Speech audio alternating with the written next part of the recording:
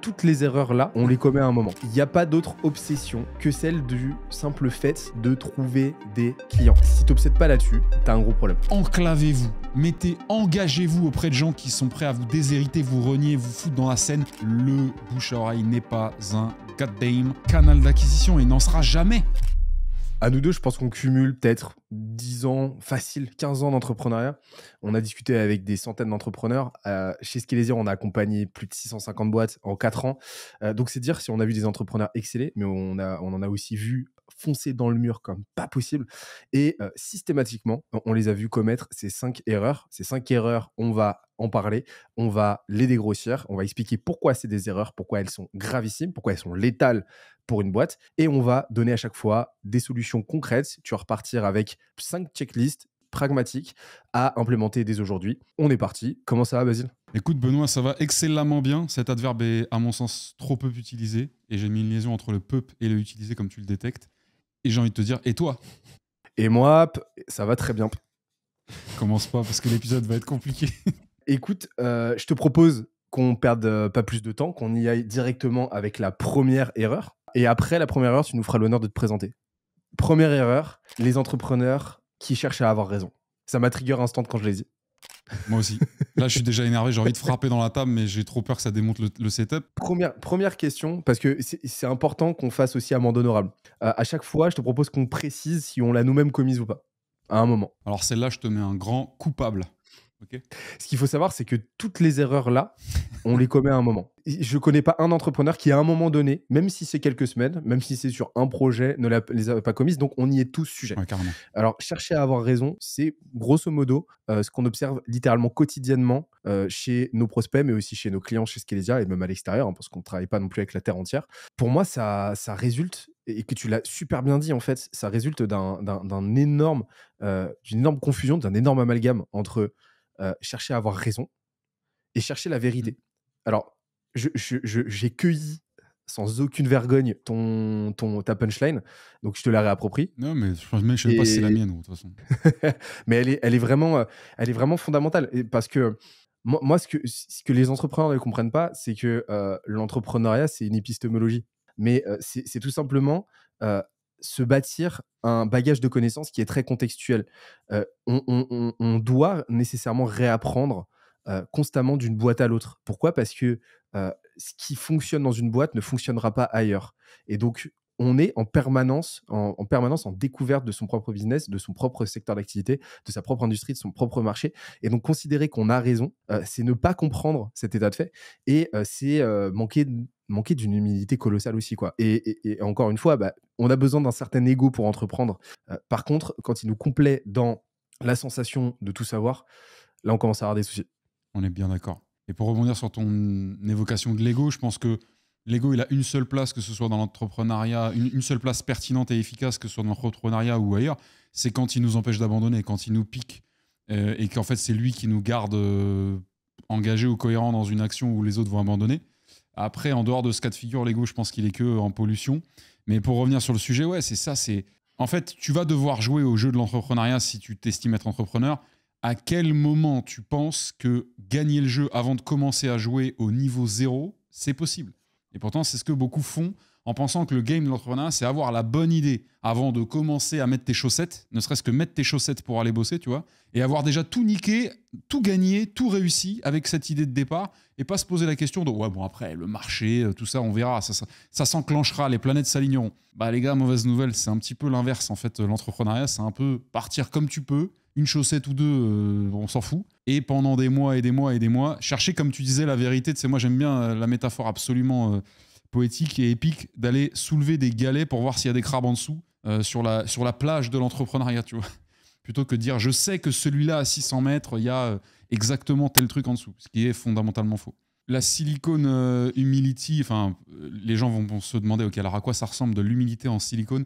Non, la silicone humility, c'est l'humilité qui est devenue un peu une marque de fabrique, une sorte de valeur ADN de la vallée, de la Silicon Valley aux États-Unis. Pour ceux qui le savent sans le savoir, qui est non seulement un berceau entrepreneurial, mais qui est devenu une sorte d'épicentre un peu leader mondial, dans dire que ce qui va se passer dans la Silicon Valley va forcément irradier le reste du monde dans les tendances, dans les différentes innovations. Ça vient de personnes qui sont pas du tout récentes. D'ailleurs, c'est ça qui est assez drôle, c'est que la plupart des vrais morceaux de sagesse, des vrais enseignements puissants viennent de loin.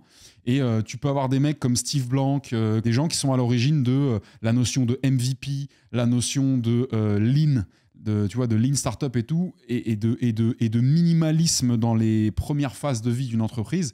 Et surtout, le GOAT de tout ça, qui est un des grands artistes de la Silicon Valley, si j'ose dire, ça va être Paul Graham, que je cite certainement à peine 800 milliards de fois par an, mais qui va commencer par déjà nous enseigner le fait de se focaliser sur faire quelque chose que les gens veulent en réglant un problème, et si possible un problème que l'on a eu ou que l'on a à l'heure actuelle nous-mêmes.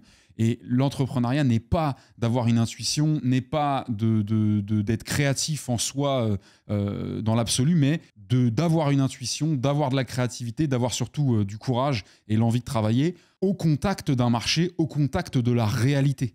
Et c'est ça, la Silicon Humility, c'est on a eu des exemples dramatiques, ou en tout cas extrêmement inspirants dans le mauvais sens du terme à ce niveau-là, comme le Segway, pour ceux qui ne connaissent pas l'histoire du Segway, qui a été un crash commercial monumental. Le Segway, c'est l'espèce de truc qui vous enlève tout votre charisme à l'instant où vous montez dessus, qui aujourd'hui n'est utilisé que pour les agents de sécurité dans les centres commerciaux trop grands pour se déplacer. Tu peux avoir un documentaire incroyable à aller regarder qui s'appelle General Magic, sur une équipe montée à partir de GOAT qui viennent d'Apple, de Microsoft, de où tu veux, qui ont inventé l'iPhone peut-être 20-30 ans avant que l'iPhone existe. Et tout ça pour dire qu'en fait, même quand les plus hauts génies du monde ont des idées, s'ils n'ont pas appliqué l'équation d'humilité de la vallée ou d'ailleurs, qui dit de toute façon une idée ne vaut rien tant qu'elle n'émane pas d'un contact avec le marché, une tentative de régler un problème, en général, elle va droit dans le mur. Si on veut avoir raison du premier coup avec son idée, on fait de l'art. On s'exprime pour soi. On ne s'exprime pas pour faire du business. C'est aussi compétitif et c'est aussi très dur. Mais l'artiste, il ne cherche pas à avoir raison. Il cherche à sortir quelque chose de lui-même et à le donner au monde. Le monde en fera ce qu'il veut. Le marché, c'est l'inverse. Le marché, on veut en faire sortir quelque chose qu'on fait passer ensuite par nous et notre travail, notre capacité itérative, en espérant que tout ça se conjugue bien sur le long terme et que cela fasse moult moula pour nos investisseurs, bien évidemment. Bon, je pense que tu l'as compris là, on va envoyer un max de valeur et d'infos dans cette vidéo. Le truc, c'est que apprendre des choses, c'est cool, mais les appliquer pour générer des vrais résultats, c'est encore mieux. Et c'est pour ça qu'on a pensé à toi. On t'a compilé une note de lecture, une fiche de lecture ultra actionnable, ultra concrète, ultra concise, avec à chaque fois, tu verras pour chaque partie des checklists concrètes. Tu as juste des cases à cocher en fait pour aller chercher les résultats correspondants. C'est directement en description de la vidéo. Tout ce que tu as à faire, c'est de cliquer sur le lien, remplir un petit formulaire et en plus d'accéder sur nos archives donc à la note de lecture correspondante, tu vas accéder à plein d'autres contenus, toujours très actionnables, toujours le plus chargé en valeur possible. Bref, je t'embête pas plus longtemps, on reprend la vidéo. Ça se joue sur des questions macro, exactement comme tu viens de le dire, mais ça se joue aussi sur des questions très micro. Typiquement, penser avoir raison sur une micro-décision telle que quel contenu publier, quoi mettre sur ton site.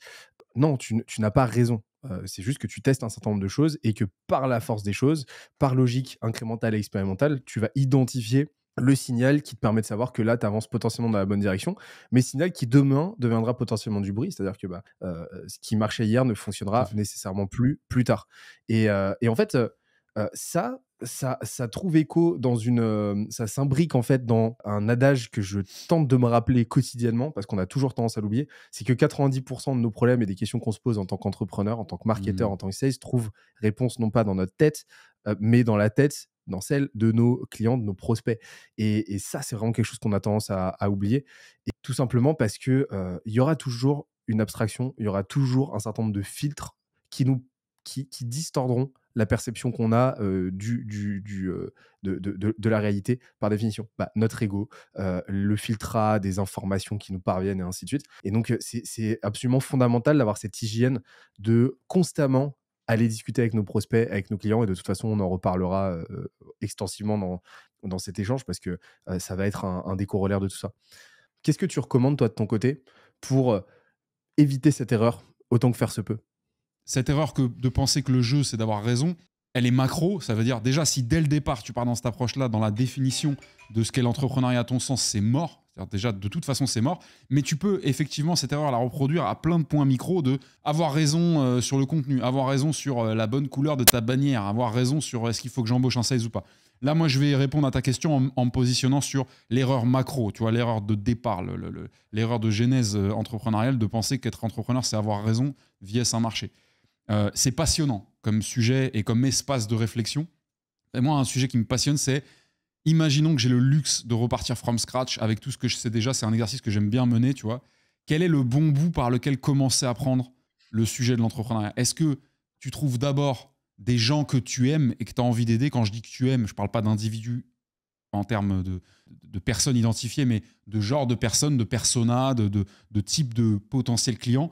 Tu as une passion pour les DRH, tu as une passion pour les potiers, tu as une passion pour... je vais m'arrêter là, tu as compris? Tu les connais parce que tu les as fréquentés, parce que tu en as fait partie, parce que tu en fais partie, je ne sais pas pourquoi. Et tu t'es pris d'affection pour ce persona-là. Et tu sais que comme tous les autres personnages, il a des choses bien dans son quotidien, mais il a surtout des grosses épines dans le pied. Mais il n'y a que les gens qui le fréquentent de près qui peuvent comprendre quelles sont ces épines. Ça, je trouve que c'est un super bon bout par lequel commencer à prendre l'entrepreneuriat. Ça peut être aussi une autre manière de prendre l'entrepreneuriat de manière intelligente, c'est qu'est-ce que j'ai à amener et quels sont mes skills disponibles pour régler tout un tas de problèmes. Mais quoi qu'il en soit, quel que soit le bout pour répondre à ta question par lequel vous prenez le sujet, prenez-le progressivement et avec l'humilité qui vous dit de toute façon, quoi que je choisisse de prendre comme insertion dans l'entrepreneuriat, j'irai chercher les réponses avec le marché. Je ne devinerai rien. Si je décide que j'aime les DRH et que j'ai envie de les aider, et ben comme tu le dis, je vais aller parler avec des DRH, je vais passer du temps avec les DRH, je vais peut-être même moi-même essayer de voir ce que ça fait d'essayer de devenir DRH sans pour autant le faire jusqu'au bout, tu vois. Et je vais voir des choses, je vais découvrir et je vais faire ce que Paul Graham appelle atteindre les frontières du savoir de ce persona-là. Et en découvrant les frontières du savoir de ce persona-là, déjà tu cartographies de manière très complète et donc tu as un edge monumental sur le reste du monde, mais tu vas y découvrir les aspérités, les défaillances, les illusions aussi potentielles. Et donc tu vas pouvoir très vite identifier des problèmes en face desquels tu peux mettre des solutions ou de l'aide pour améliorer la vie de ce persona-là. Parmi ce catalogue de problèmes, si tu as un minimum de chance, il y en a au moins un sur lequel tu peux attaquer ou au moins commencer à te former pour essayer de le résoudre. Et encore une fois, tu pourrais reproduire la fameuse erreur qu'on vient de pointer en te disant « Ah super, j'ai trouvé le personnage, j'ai trouvé le problème. Allez, ciao les gars, je pars dans mon labo et je vais trouver une solution au problème. » Non, le problème, tu vas aussi build la solution et co-construire la solution en parlant avec ton persona et ton futur client. Tu vois. Exactement. Concrètement, moi, ce que j'aurais tendance à recommander là, c'est de parler à ses clients en permanence. Vraiment. Chaque semaine, c'est déjà pas assez. Ouais, je suis d'accord. Pour moi, il faut qu'à minima, que un des cofondateurs parle idéalement chaque jour au client. Ça veut pas dire passer 2 heures au téléphone avec un client. Ça veut dire avoir une interaction, prendre un feedback. Si vous avez peur de parler à vos clients, il y a un très, très gros problème. C'est clair. Ensuite, ce que très, très peu d'entreprises font, c'est prendre du feedback auprès des prospects perdus. Je parle des prospects qu'on aurait dû signer parce que c'est des clients idéaux, parce que toutes les cases étaient cochées, mais que par la force des choses, le deal n'a pas signé. Appelez-les, prenez du feedback, essayez de comprendre pourquoi. Posez-leur la question directement. Mettez en place une boucle d'email pour prendre des feedbacks par email pour ceux qui ne répondent pas au téléphone. Mais allez chercher ces infos-là parce que c'est des gens qui auraient dû signer chez vous. Il n'y a aucune raison qu'ils ne l'aient pas fait, ou en tout cas, ces raisons-là, vous ne les connaissez pas encore. Et ces raisons-là sont vos opportunités. Ensuite, tenir compte de chaque retour pertinent et actionnable. C'est-à-dire que n'attendez pas d'avoir une viabilité statistique systématique d'identifier des patterns systématiquement pour agir et pour faire une modif. Non. Dès lors que vous identifiez un signal parmi le bruit, que vous identifiez que vous recevez un feedback actionnable, tenez-en compte. Implémentez le truc. Vous recevez un verbatim de fou de la part d'un de vos clients qui vous permet d'atteindre un nouveau niveau de clarté dans la présentation de votre offre, dans votre message. Modifiez directement la homepage de votre site. Pourquoi ? Parce que ce coût d'opportunité, ce coût de latence peut potentiellement vous coûter énormément. Donc, n'attendez pas cette viabilité statistique systématique. Si vous l'avez, c'est très bien, mais soyez aussi le plus empirique possible. Ensuite, ne tenez rien pour acquis. Ok, parce que ce qui est vrai aujourd'hui sera potentiellement faux demain. L'entrepreneuriat, c'est comme un village de préfabriqués qui grossit de plus en plus, mais dont chaque bâtiment a vocation à être déconstruit, détruit à tout moment pour être reconstruit en plus grand, en différent. Et ce réagencement est littéralement permanent. Et dernièrement, en fait, c'est employer ce qu'on appelle une approche bayésienne, c'est-à-dire soyez prêts à revoir votre jugement, à le faire évoluer à littéralement tout moment. Rien n'est figé, rien n'est écrit, rien n'est monolithique. Une dernière précision pour boucler sur celle-là.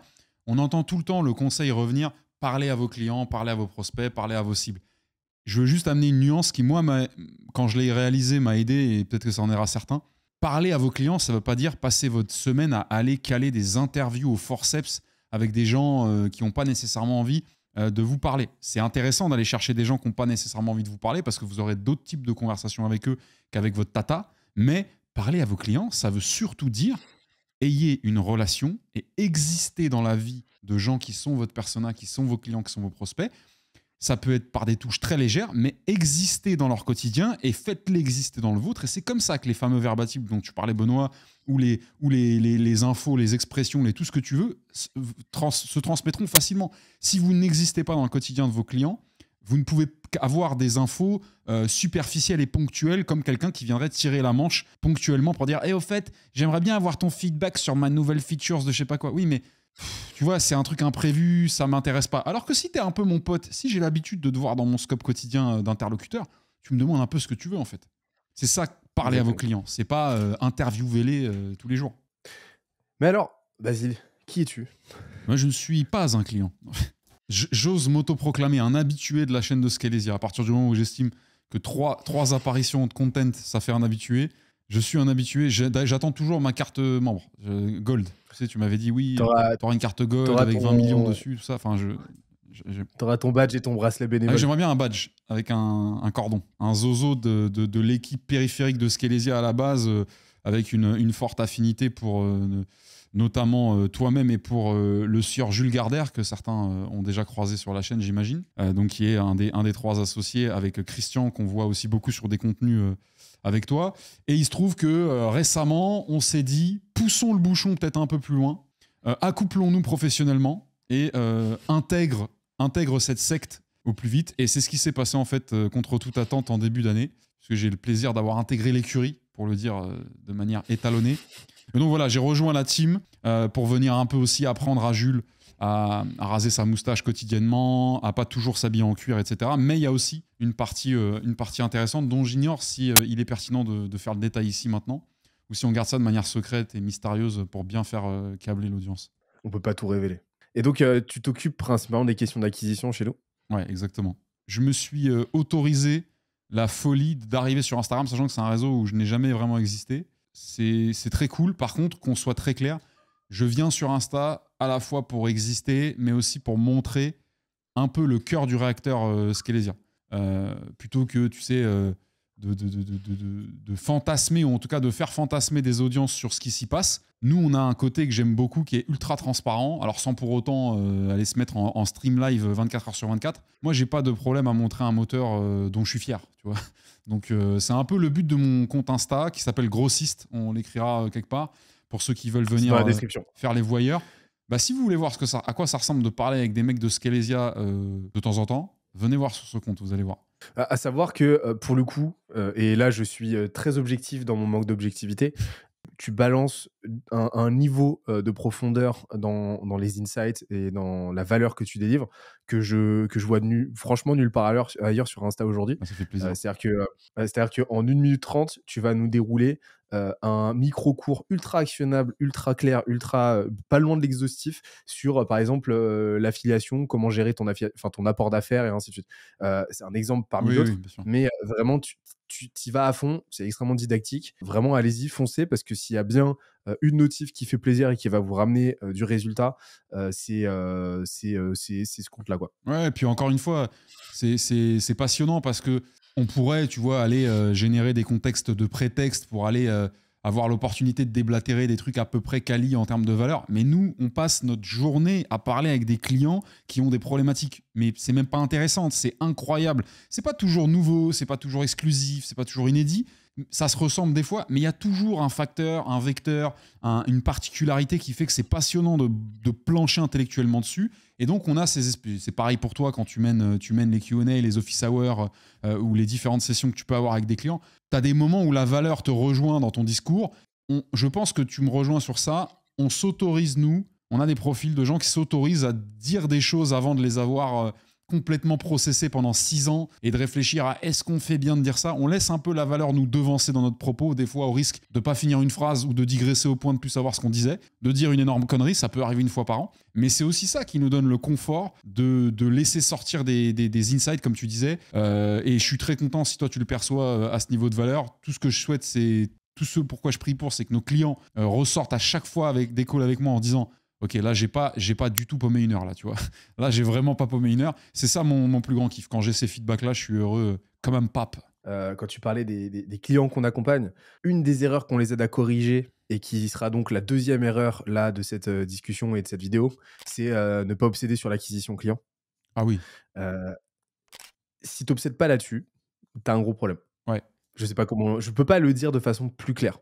Il n'y a pas d'autre obsession jusqu'à un certain seuil, et même ça perdure même après, que celle du simple fait de trouver des clients, même quand on en a déjà beaucoup.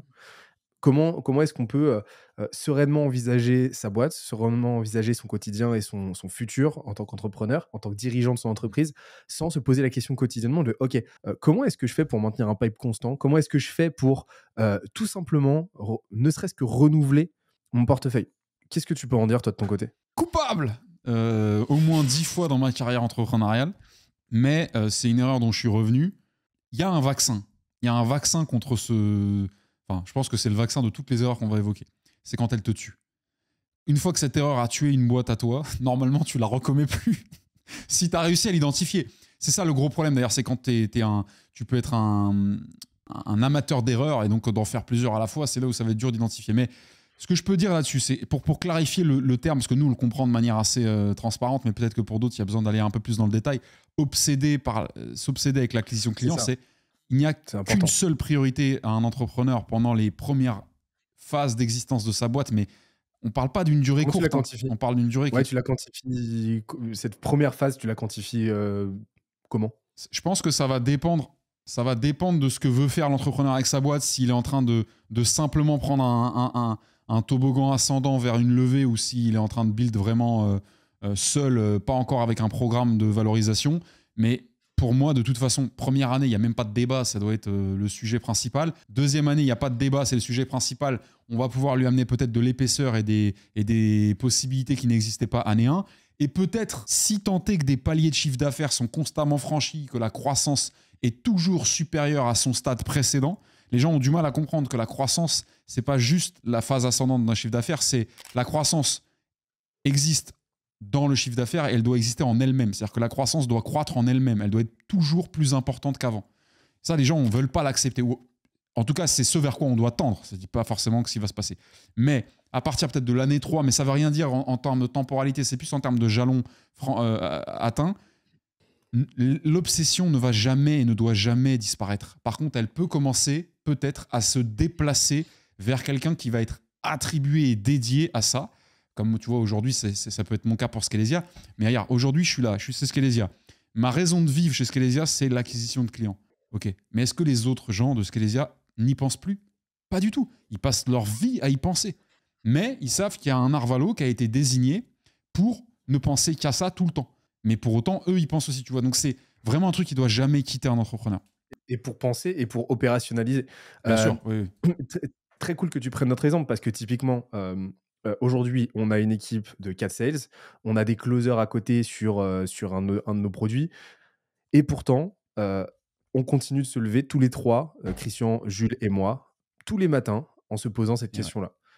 Et on va intervenir personnellement, l'un sur de la vente concrètement, donc générer son propre pipe. Jules, par exemple. Christian, aujourd'hui, continue aussi de participer à de la vente de façon concrète. Moi, de mon côté, je m'attelle, je suis littéralement CMO par intérim de Scalesia, concrètement. Et je m'interdis jamais non plus de rentrer dans un cycle de vente et d'aller vendre un truc si j'en ai l'opportunité. Et donc, on ne doit jamais s'en hésiter. L'erreur, c'est de voir la prospection comme quelque chose qui se délègue pour des raisons qui sont complètement fallacieuses. On ne délègue pas la vente, la prospection, l'acquisition pour s'en délester ou parce qu'on vaut mieux que ça ou parce qu'on a la flemme ou parce qu'on n'est pas bon. Si on n'est pas bon, on se défonce pour progresser, pour développer cette compétence parce que tout part de la vente, tout part de l'acquisition, tout part de la prospection. Et si on n'est pas en mesure de maîtriser ça en tant que founder, on aura d'énormes problèmes par la suite. Et la prospection et la vente ne se délèguent que pour une seule raison valable. Il y a la seule raison valable, c'est pour augmenter les flux. Pour augmenter les flux d'input, soit faire en sorte qu'une autre personne, en prenant le relais, nous permette de prospecter 2 fois plus ou de prendre 2 fois plus de clients, soit pour nous permettre de prendre un tout petit peu de hauteur et pour se consacrer à d'autres sujets de construction, d'autres sujets de systématisation. Jamais pour les raisons que j'ai invoquées jusqu'à présent. Ce qu'il faut comprendre, c'est qu'en fait, il y a 3 systèmes dans une boîte. Et ces 3 systèmes, c'est vraiment le cœur, les poumons et le système nerveux de la boîte. C'est l'acquisition. Comment est-ce qu'on génère les leads? Et ça s'applique à 100% des entreprises. La conversion ensuite. Comment est-ce qu'on transforme ces leads, ces opportunités en clients? Et la delivery ensuite. Comment est-ce qu'on fait en sorte de tellement délivrer auprès de ses clients, de tellement tenir notre promesse que ces clients restent, en parlent autour d'eux et nous permettent de faire venir encore plus facilement les clients suivants parce qu'on va générer des témoignages, on va générer de la data, on va générer des cas clients qui facilitent le tout. Il n'y a pas d'autre sujet en tant qu'entrepreneur que ces 3 sujets-là. Le reste, c'est des sujets annexes, c'est des sujets de support, c'est des sujets littéralement subsidiaires. Je ne dis pas qu'ils sont pas importants, je dis qu'ils ne sont pas vitaux intrinsèquement pour l'entreprise. Tout le reste, c'est de la poésie. Qu'est-ce qu'on peut recommander pour le coup en mode checklist ultra opérationnel? Moi, j'ai mes petites idées. Dans cette optique de vous rappeler que la mission principale que vous avez tous les matins en vous levant, c'est d'aller trouver des nouveaux clients, la checklist, déjà, c'est... Moi, je serais dans l'idée de parler à un entrepreneur qui s'est un peu déjà lancé, même si j'ai pas besoin qu'il ait 18 ans d'expérience, c'est fais l'état des lieux déjà. Rends-toi compte de la réalité de ce que tu as mis comme input jusque-là maintenant et peut-être rends-toi compte à quel point tu es loin du compte. Ça peut être un super bon truc pour te mettre un petit coup de pied là où c'est pertinent de le mettre.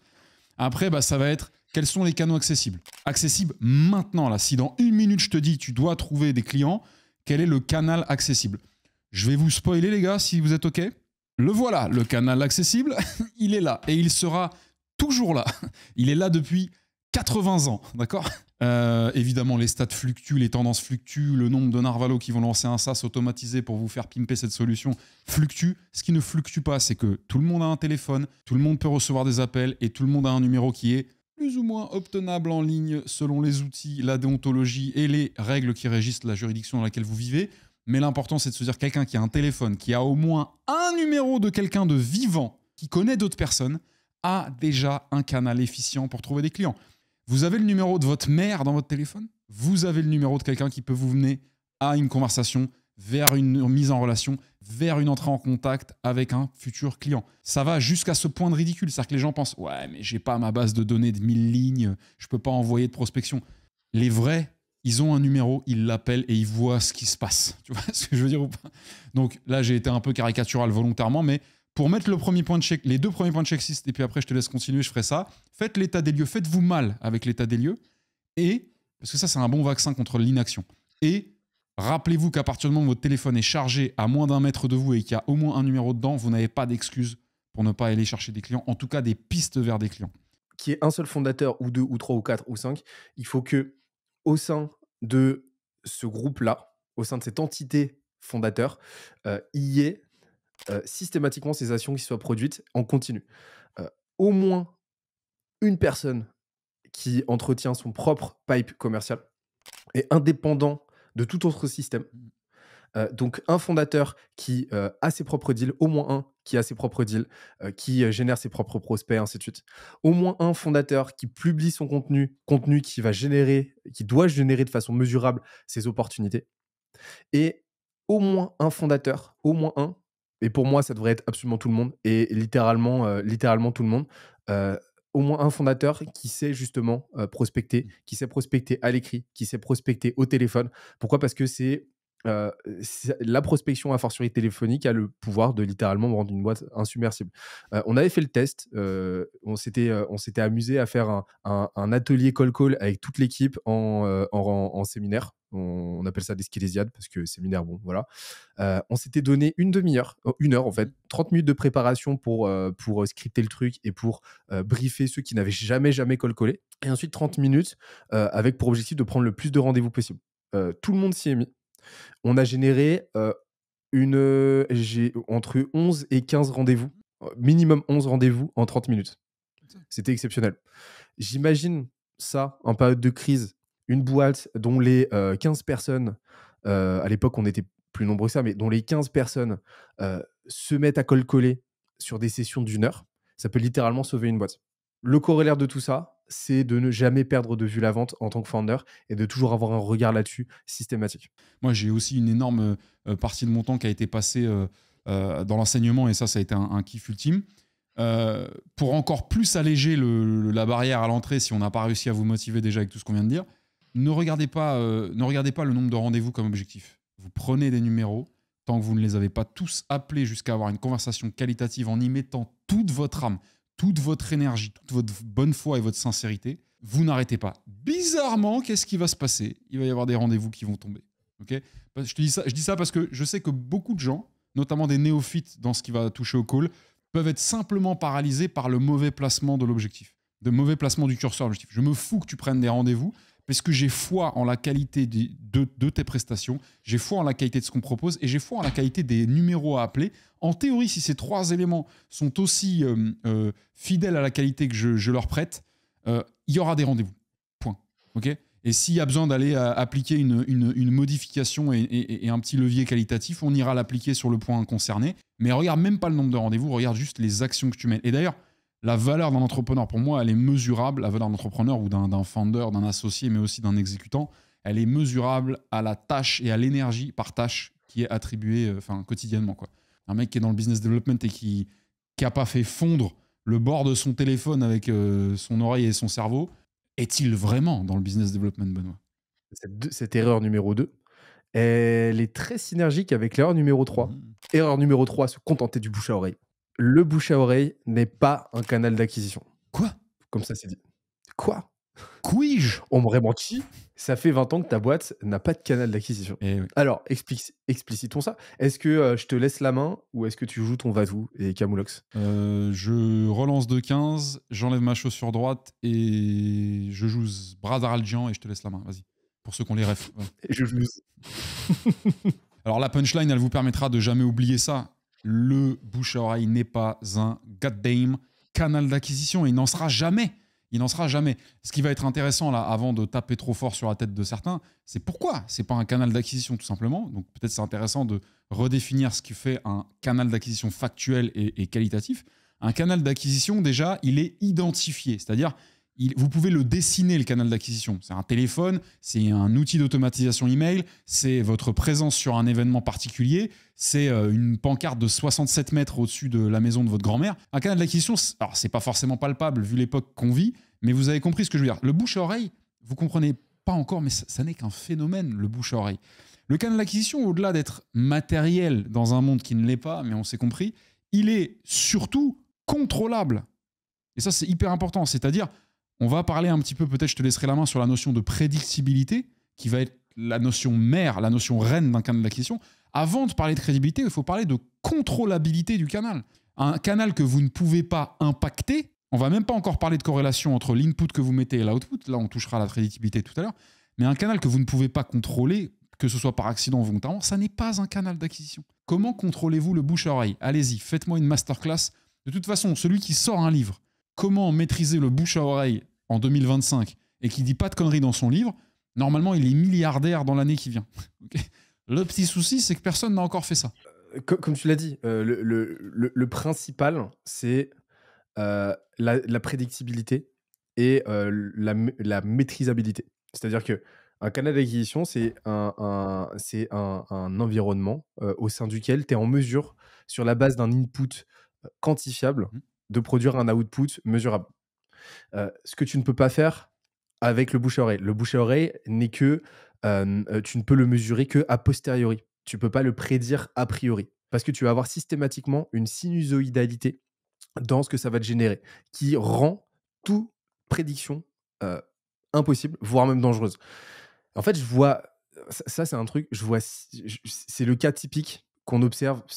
En fait, je pense que c'est littéralement le profil de notre client idéal aujourd'hui.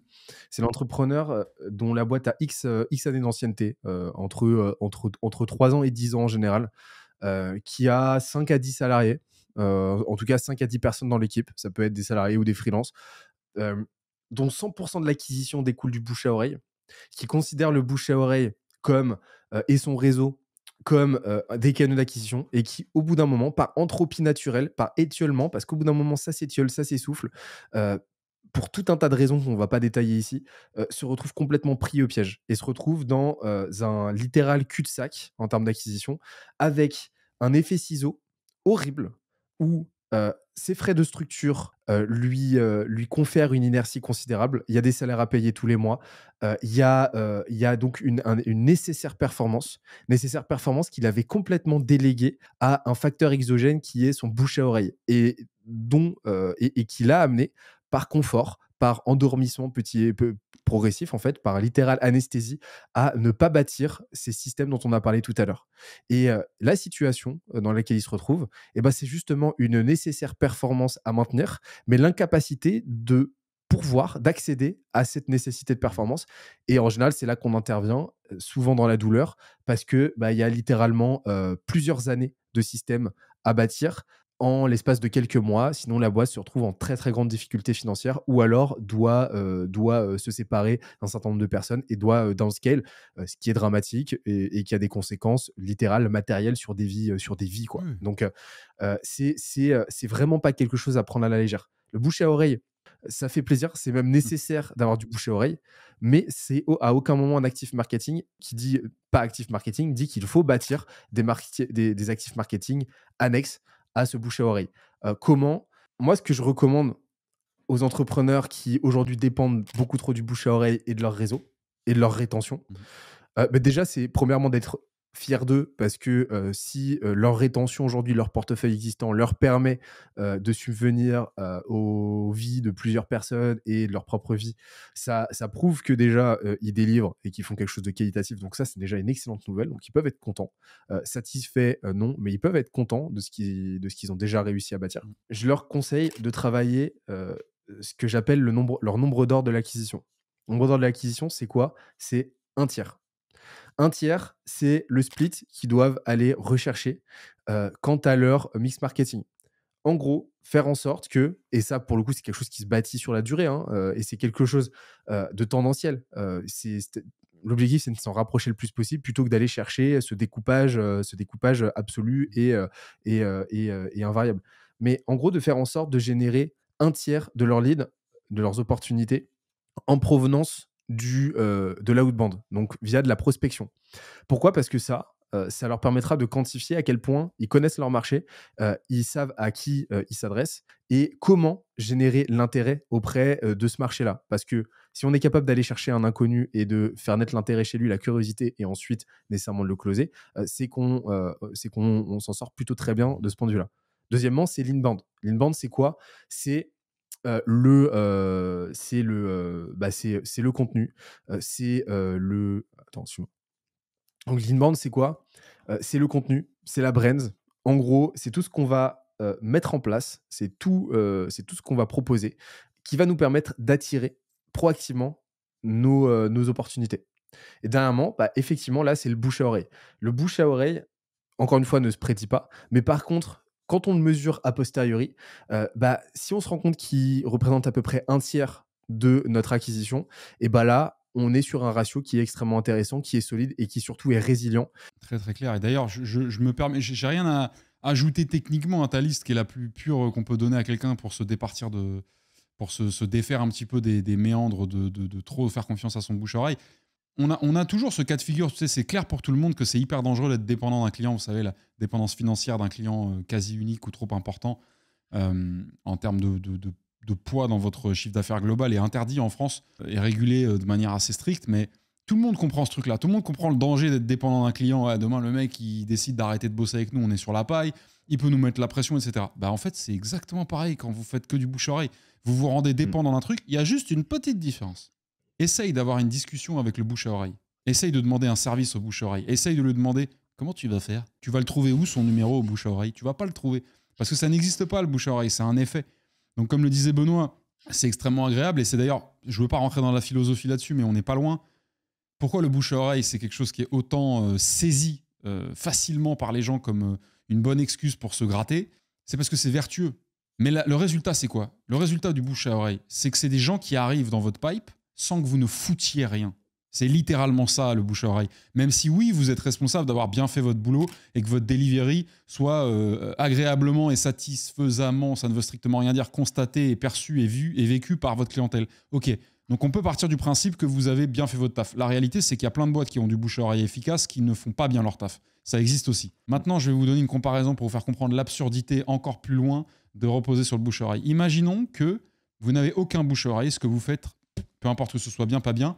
Il y a plein de gens qui viennent sur votre site en pensant arriver sur un autre site, qui se trompent parce qu'il y a une trop grosse proximité de nom, de type de produit ou quoi, qui payent et qui se rendent compte en fait qu'ils n'ont pas acheté le bon produit et qu'ils ne sont pas venus pour la bonne raison. Okay, mais qui ne vous en veulent pas, c'est eux qui ont fait l'erreur. Et vous, en fait, toute l'année, vous prenez de l'argent à des gens qui ne sont même pas vos clients, mais qui, par erreur, par un effet complètement indépendant de votre volonté exogène, un effet, un phénomène, viennent et tombent dans votre pipe. Vous vous sentiriez mal. Si vous continuiez à développer un business uniquement en vous basant sur cet asset-là, vous seriez juste quelqu'un de malhonnête, vous seriez juste quelqu'un de frauduleux et particulièrement aussi identifié comme un, je vais rester poli, tir au flanc, comme quelqu'un qui fait rien. D'accord ?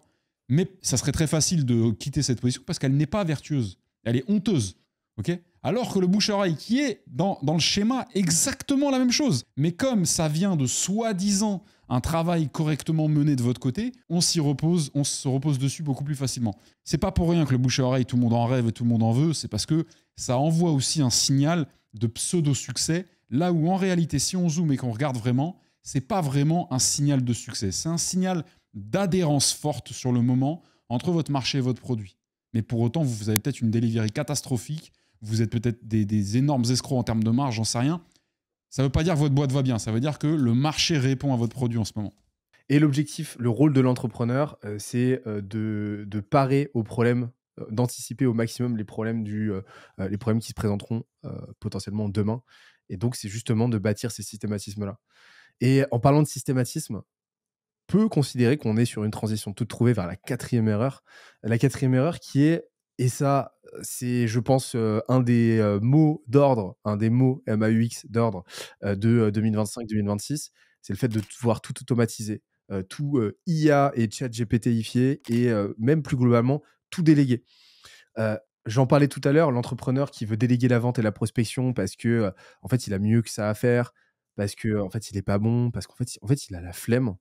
Mais ça, on peut le retrouver avec l'IA, avec l'automatisation, auquel on peut rajouter, qui vient se greffer avec une quête esthétique aujourd'hui, une quête esthétique du bon process, une quête esthétique de la bonne automatisation, du bon workflow end-to-end, du bon prompt ChatGPT, qui en fait nous complaît dans une procrastination active, pseudo-active, constante et qui est absolument dramatique. Je pense que là, j'étais assez trigger. Basile, est-ce que tu veux prendre le relais? Avec plaisir, et si je peux mettre des coups quelque part, j'en mets. Non, mais évidemment. Moi, je vois deux dimensions à ce sujet qui est pour moi, on est plus dans le délit que dans l'erreur, là, carrément, mais il y a vraiment celui qui fait l'erreur de penser que il y a de la vertu, il y a du levier systématique à aller vers là, et il y a ce qui va me trigger encore plus, il y a l'erreur de conformisme actuel vis-à-vis de ce sujet. C'est-à-dire que moi, à l'arrière, quelqu'un qui part vraiment d'une réflexion de bonne foi en disant, bon, moi j'ai plein de trucs en place, c'est vrai que j'ai pas forcément 1000 pistes pour agrémenter tout ça, et j'entends beaucoup parler de l'automatisation, parce que l'automatisation ne veut pas forcément dire IA, qu'on clarifie des choses avec les gens. Là, c'est devenu un festival parce qu'on est dans la période, mais l'automatisation, ça fait des années qu'on en parle. Donc quelqu'un qui irait dans l'exploration de ce sujet, peut-être un peu trop innocemment, en y déversant trop de temps, d'énergie et d'admiration non justifiée sur le sujet parce qu'il est juste néophyte et totalement bancal en termes d'expertise, donc tout l'impressionne. Bon, je pourrais comprendre la genèse de son initiative. Protégez-vous de ce truc-là en disant, voilà, moi j'ai rien contre aller développer, explorer une nouvelle piste. Timer le truc, cadrer le truc, fixez-vous un objectif de sortie, une deadline, et n'y passez pas plus de temps que le jour où vous avez décidé de changer la marque de litière de votre chat. Il n'y a pas plus de complexité dans cette exploration-là que dans celle-ci. La deuxième partie la deuxième dimension, c'est les gens qui répondent par réflexe de conformité. C'est-à-dire, tous les Mongoliens de votre entourage vous disent « ChatGPT », et vous vous mettez à parler comme eux. Ok ? Il faut que vous vous regardiez depuis l'extérieur. C'est-à-dire que les 80% des gens qui me parlent de ChatGPT, ne sont pas sur ChatGPT. C'est ça qui est lunaire, c'est ça qui me dépasse. C'est un effet de conformité. Donc, le problème de la conformité, c'est pas qu'elle n'y trouve aucun levier, qu'elle n'y trouve aucune valeur et aucune performance. C'est que seuls ceux qui vont l'approcher avec une vraie déférence, avec une vraie humilité intellectuelle pour en chercher du vrai levier business et du vrai travail, en tireront de la valeur. Tous ceux qui l'approchent pour coïncider avec ce que font leurs camarades, pour cocher des cases et pour avoir le bon petit hoodie Station F ou la bonne petite mention ex je sais pas quoi sur votre profil, tous ces gens-là, vous jouez pas au même jeu en fait. Mais les autres là, qui parlent automatisation de ChatGPT parce que leur voisin, leur coiffeur ou leur ex en parlent, c'est compliqué en fait de se rendre compte à quel point vous êtes négativement malléable par les tendances. Donc pour recentrer tout ça et pour donner la punchline et te permettre d'enchaîner, l'automatisation, ça peut être extrêmement bien. L'IA, c'est pas ça peut être extrêmement bien. L'IA, c'est certainement, on est sur l'évolution technico-innovante, je ne sais quoi, de notre espèce et de notre société, la plus puissante jamais rencontrée pour l'instant. Cependant, est-ce que ça veut dire que tous les business doivent en comprendre, que tous les business doivent s'en inspirer et que tout le monde doit se conformer à mettre de l'IA partout, même votre boucher charcutier? Non. Bah, j'en pense que tu parlais tout à l'heure de révolution. Alors là, on zoome un petit peu sur l'IA. Je fais le geste. Pour Voilà. moi, l'IA fait partie de ce continuum entre automatisation, IA et délégation. Délégation auprès d'humains, mais aussi auprès de machines. En fait. Mais plus spécifiquement sur l'IA, l'IA, c'est une révolution autant technologique que philosophique selon moi. Pourquoi ? Parce que l'IA donne le pouvoir potentiellement à ceux qui savent se poser les bonnes questions. Là où avant, on était dans une ère du sachant, une ère de l'affirmation. Il fallait savoir, tu vois. Là aujourd'hui, le savoir, on l'a délégué à des LLM. Donc c'est celui qui sait bien interroger le LLM qui potentiellement peut en tirer une épingle intéressante en tout cas.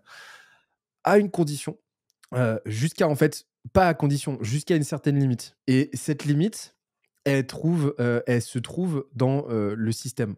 C'est-à-dire que le rôle d'un entrepreneur, c'est pas de trouver la bonne réponse en stock à une problématique donnée.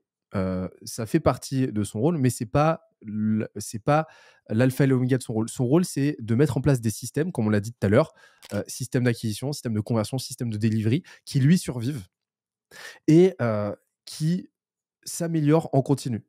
Se reposer sur une machine pour faire tourner un système qu'on ne maîtrise pas au préalable, ce qui est le cas d'énormément d'entrepreneurs, ce qui est le cas, sinon on n'en parlerait pas aujourd'hui, c'est tout simplement déléguer quelque chose dont on n'a absolument aucune certitude de viabilité. Comme on l'a dit, en fait, automatiser un process défectueux, ça reviendrait à multiplier 0 par 0. Il faut vraiment du temps avant de trouver quelque chose qui va fonctionner de façon réplicable, avec un niveau de réplicabilité satisfaisant. Comment on fait ? En les faisant suffisamment longtemps, suffisamment de fois, avec suffisamment d'itérations et de petites expérimentations successives, de sorte à identifier, in fine, ce qui fonctionne de manière systématique. Ça peut prendre du temps. Ça peut prendre une semaine, comme ça peut prendre une année entière. Mais l'objectif, c'est de trouver finalement ce qui fonctionne. Et de trouver ce qui fonctionne, et par la même occasion, parce qu'on le fait, de générer des résultats en cours de route. Et seulement quand on arrive à ce point de rupture, ce point clé, est-on en mesure de documenter tout ça pour le déléguer soit à une machine, soit donc à une IA ou quoi, soit à un humain, de sorte qu'il le fasse avec le même niveau de performance que nous. Là, en fait, on vient de résumer la façon de bâtir une boîte. Par contre, effectivement, c'est douloureux et ça nécessite d'accepter sa nullité à un instant T. Mais de toute façon, cette nullité, elle est temporaire, elle est passagère. Avant même de penser à l'IA, avant même de penser au no-code, à l'automatisation, à la délégation, pour tous les sujets qui corrèlent à ce triptyque dont on a parlé, acquisition, conversion, delivery, encore une fois, accepter de le faire manuellement soi-même, autant de fois que nécessaire, peu importe la douleur, peu importe l'inconfort, peu importe le temps que ça prend. Deuxièmement, identifier les étapes clés et les patterns récurrents. Et ça va se faire au fil de l'eau, mais ça ne peut se faire que sur la base d'une démarche photographique, c'est-à-dire interroger ce qui a été d'ores et déjà généré. On ne peut pas anticiper le truc. Ensuite, parce que comme on l'a dit, tous les systèmes marchent en théorie. Donc ça ne sert à rien de designer le truc comme ça, de but en blanc, parce qu'il y a de très fortes chances que ça ne fonctionne pas une fois que vous appuyez sur le bouton. Ensuite, modéliser et cartographier tout ça justement sur la base de ce que vous faites d'ores et déjà et qui porte ses fruits de façon réplicable. Ensuite, documenter avec autant de précision que possible. Donc là, c'est vraiment ce qu'on appelle de la playbookisation. Rédiger la notice à la virgule près, de sorte que vous puissiez le faire à un stagiaire de 3e. Optimiser en enlevant le superflu. Donc là, ça va vous permettre de voir concrètement ce qui va pas, et ainsi de suite, de sorte à tailler le diamant et qu'il soit le plus robuste possible. Et dernièrement, seulement à ce moment-là, vous pouvez vous poser la question de, OK, concrètement, est-ce que je dois le déléguer à une IA? Est-ce que je dois le déléguer à un humain? Et la délégation n'intervient qu'à ce moment-là. Et je rejoins évidemment de manière radicale de faire les choses qui ne scalent pas. Les gens entendent toujours ce qui les arrange d'entendre dans les conseils et les aphorismes en général. Quand on dit ne faites des choses qui ne scalent pas, c'est pas surtout faites des choses qu'il sera impossible de scaler à l'avenir. C'est commencer par faire les choses avec vos propres paluches, avec votre effort. Soyez des artisans de la genèse de votre potentiel succès futur, qu'on sera ravi de faire accélérer, de voir accélérer mécaniquement, numériquement, avec des outils ou non. Je donne un exemple qui va être frappant, je pense, pour tout le monde. Ceux qui nous écoutent, vous êtes des entrepreneurs, vous êtes des head of sales, vous êtes des head of ce que vous voulez, vous bossez, vous avez des gens sous votre responsabilité, et il se trouve que dans votre boîte, il y a des jeunes ou non business développeurs. T'as pas idée du nombre de boîtes où il y a des business développeurs qui, chaque semaine, envoient des mails par séquence, tu sais, avec des outils d'automatisation, peu importe les outils, que ce soit un truc maison ou du Lemlist, ou peu importe, on n'est pas là pour faire la pub de quelqu'un en particulier, et qui n'ont jamais de leur carrière au sein de cette boîte écrit un mail à la main à un prospect. Alors là, tout le monde va te dire, bah ouais mec, mais en même temps, il y a un outil qui permet de... Oui, mais attends, tu es en train de me dire que tes gars là, à qui tu donnes la charge d'aller prospecter des prospects dans le but de faire un salto arrière à leur méninge, leur donner envie d'arriver dans un entretien consenti avec soit eux, soit avec un sales ou quoi, tu demandes à ces mecs-là de le faire via un canal qui est le mail, alors que ces mecs-là n'ont jamais de leur vie écrit un mail à la main à un prospect. Et en plus de ça, tu leur fais faire à des volumes où tu ne fais que multiplier la nullité. Et je voulais rebondir sur un truc que tu as dit tout à l'heure. Vous pouvez toujours multiplier 0 par ce que vous voulez, ça fera toujours 0. Il y a juste un cas qu'on n'a pas traité. C'est quand c'est pas 0 qu'on va multiplier, mais un nombre négatif. Parce que si vous faites de la merde et que vous l'automatisez et que vous l'IAisez et compagnie, ça va multiplier la merde. Ça, il n'y a aucun sujet sur le truc.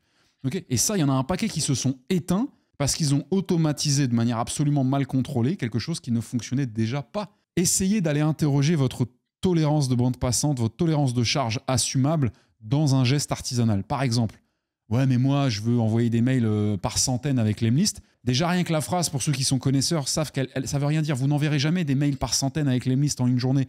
Il y a du préchauffage, il y a du délai, il y a du volume à respecter, des règles à respecter, il y a de la délivrabilité qui peut venir vous mettre une balayette. Et de toute façon, tout ça ne donne en rien un verdict prémonitoire sur le résultat de cette campagne et les clients que ça va vous ramener.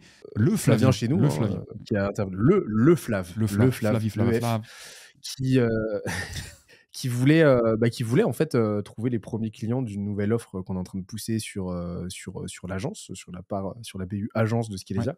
Il a contacté 4 personnes ultra ciblées avec le petit message, la petite vidéo qui va bien. Il a reçu 3 réponses, 2 rendez-vous, il en a signé un. Et ça fait un pont avec la dernière erreur, fuir la prospection et le contenu. Alors, ça va venir faire la synthèse dans le rapport au contenu et à la prospection, et plus globalement à la vente, qu'on repère les potentiels entrepreneuriaux. Et ça, j'en ai de plus en plus conscience et je l'observe et ça se vérifie de plus en plus de mon côté. C'est hallucinant. Et je parle même pas de la propension au passage à l'action, parce que la vélocité est fondamentale, bien que il y a des nécessaires variabilités.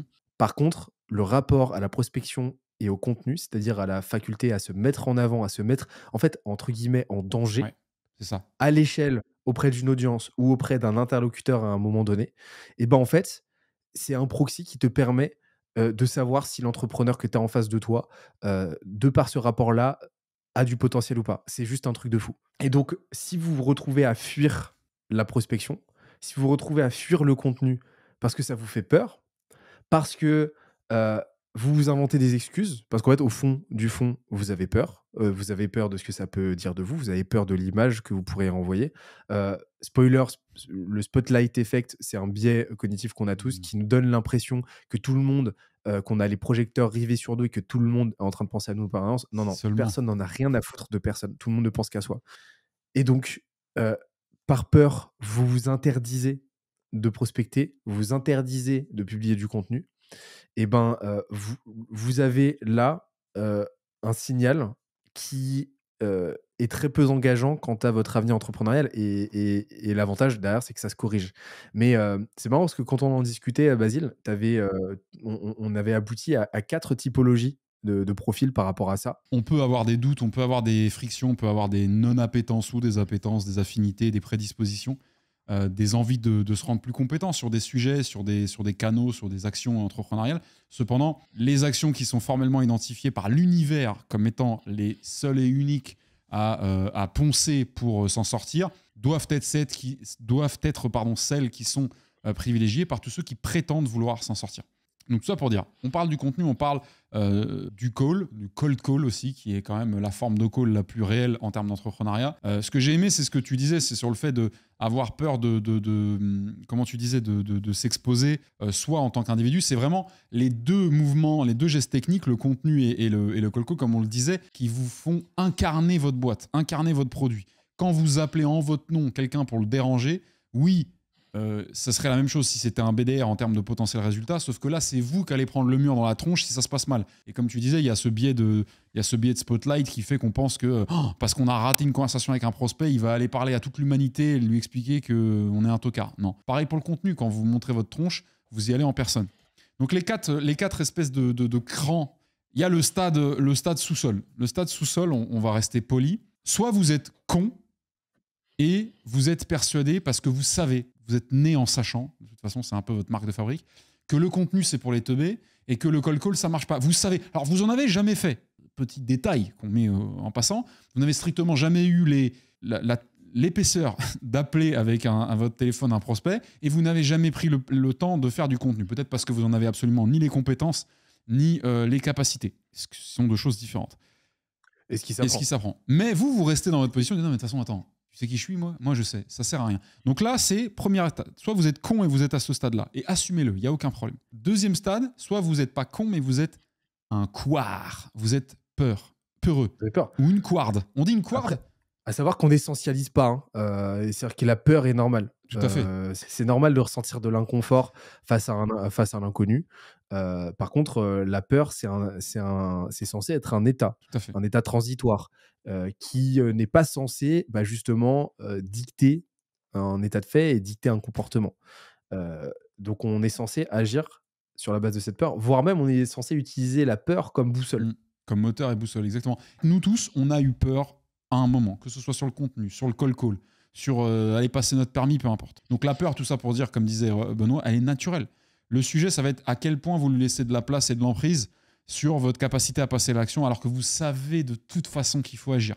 Donc là, vous êtes au niveau 0. Pourquoi au niveau 0 ? Parce que si la peur vous paralyse au point de vous empêcher d'appliquer les deux gestes techniques les plus probants et certains de vous rapprocher d'un potentiel succès entrepreneurial, est-ce que vous êtes vraiment entrepreneur ? Est-ce que vous avez vraiment les capacités d'être entrepreneuse ou entrepreneur ? Je ne sais pas. Et puis, troisième stade, vous avez eu peur, mais vous comprenez qu'il faut quand même agir et vous avez dépassé cette peur. Ça ne veut absolument pas dire que vous avez généré du confort, de l'aisance, de l'habitude et que finalement vous n'avez plus peur de rien, que vous êtes vacciné. Cependant, plus vous vous forcerez, plus vous dépasserez votre peur, moins elle aura d'efficacité sur vous, dans le sens négatif du terme, et donc moins vous aurez peur. Et puis, dernier stade, le quatrième, qui est tout à fait injuste, on ne va pas du tout y attribuer de mérite, à part celui d'agir, c'est vous n'avez non seulement pas la connerie de mépriser des gestes techniques et des verticales qui vont vous amener vers votre succès, vous n'avez pas non plus peur, ça, notons-le, c'est injuste dans le sens, c'est pas grave, c'est très bien, mais ça n'est pas méritant, okay, vous n'avez rien fait pour ne pas avoir peur, et en plus de ça, vous agissez encore plus facilement que les autres, certainement encore plus efficacement que les autres parce que vous n'êtes pas paralysé, soit par du mépris intellectuel inutile, soit par de la peur un peu paralysante, ralentissante. Et donc, forcément, vous faites des étincelles dans l'entrepreneuriat. C'est pour ça que je parle de cette dernière catégorie comme un peu... On avait les cons, on avait les peureux, on avait les braves. Donc, les braves étant d'ex-peureux, on ne peut pas être brave sans avoir été peureux. Soit, dernier stade, vous êtes prédisposé. mais prédisposé, vertueux ou méritant, parce que au-delà d'être prédisposé, vous agissez pour exploiter votre prédisposition et exprimer votre potentiel entrepreneurial. Et puis si c'est la même chose, mais dans le monde de la flûte à bec, c'est très bien aussi. Hein. Vous n'êtes pas obligé d'appliquer ça à l'entrepreneuriat seulement. Qu'en dis-tu ? Bah, j'en dis que comment est-ce qu'on gravit les échelons de sorte à rejoindre le rang de l'élu? Alors, je pense pas qu'on puisse rejoindre le rang de l'élu. Je pense que l'élu, il tombe dans ce rang-là. L'élu, il a une dette. L'élu, il a une dette envers. Il a pas une dette, il a une responsabilité envers les autres, d'avoir conscientisé d'être avantagé et de ne pas se pardonner de ne pas exploiter cet avantage. Par contre, pour passer du con à pas con, moi, j'ai pas de recette. Pour ceux qui sont dans la catégorie 2, qui veulent passer à la catégorie 3, vous avez peur, ça veut dire que c'est le bon chemin, les amis. Let's go. Enclavez-vous, engagez-vous auprès de gens qui sont prêts à vous déshériter, vous renier, vous foutre dans la scène si vous ne tenez pas votre parole. Exposez votre peur. Dites aux gens, j'ai peur de faire du call. Fixez un compelling event, fixez une deadline. Faites un live sur LinkedIn où vous passez vos tout premiers call, j'en sais rien, mais faites-vous aider par la pression de l'humanité, par la pression de votre entourage. Ne restez pas dans votre coin, parlez-en, ne cherchez surtout pas de hack. Aucun hack ne vous amènera à l'action. La seule chose qui vous amènera à l'action, c'est le déséquilibre vers l'avant. Autorisez-vous à tomber si besoin, mais tombez devant, comme le disait l'excellent Denzel Washington, je crois, dans son discours, je ne sais plus d'où, fall forward. Tombez vers l'avant. Si vous tombez, c'est pas grave. Ce qu'il ne faut pas, c'est tomber sur place ou vers l'arrière. Tombez vers l'avant, mettez de l'inertie, prenez votre téléphone, passez un coup de fil et pleurez pendant 8 heures si vous voulez parce qu'il s'est mal passé, mais vous aurez passé déjà un putain de coup de fil. Demain, passez-en 2, puis 3, puis 4, puis 5. Mais vraiment, ce coup de la pression sociale utile, ne le sous-estimez pas. Alors, un petit hack à partager. Réunissez-vous en groupe avec des gens dont l'inégalité, dont la peur est distribuée inégalement. Donc des gens qui ont très très peur, peut-être vous, des gens qui ont un petit peu moins peur, des gens qui n'ont pas du tout peur et qui agissent déjà, et de sorte à créer d'émulation. La prospection, j'en parlais cette semaine avec Dorian de Zelic, ouais.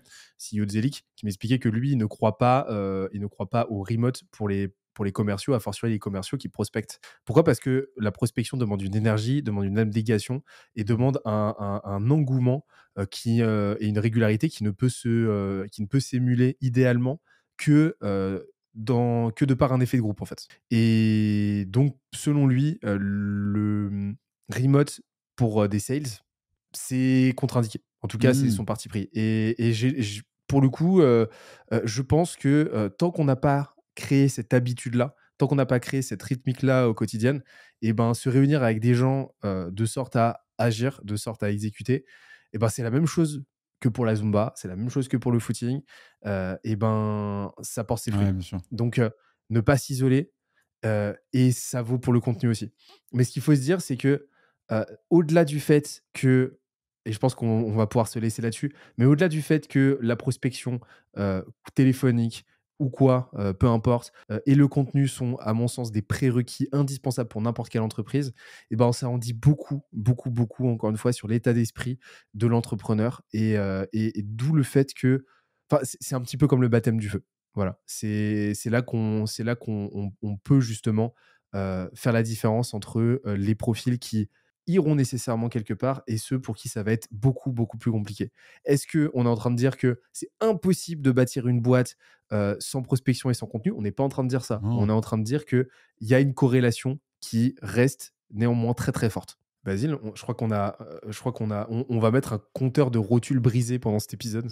Moi, je suis à 78, là, j'ai compté. Comme d'habitude, vous avez déjà eu le CTA, mais si vous voulez une version textuelle, allégée et digeste de cet échange avec les petites checklists qui vont bien et tout ce qu'il faut pour implémenter, exécuter et générer vos résultats, on se retrouve dans la description. Si vous voulez qu'on travaille ensemble, skelesia.co, on se fera un plaisir d'échanger avec vous et de vous apporter d'ores et déjà un maximum de valeur sur une petite consultation offerte comme on les aime. Et de toute façon, on se retrouve avec la prochaine vidéo qui s'enchaîne automatiquement. Basile, à très vite sur la chaîne. Avec plaisir. Et sur Instagram. Sur Instagram, grossiste. Ça fait beaucoup de call to action de fin. Salut tout le monde. Ciao. Ça s'enchaîne. Bye.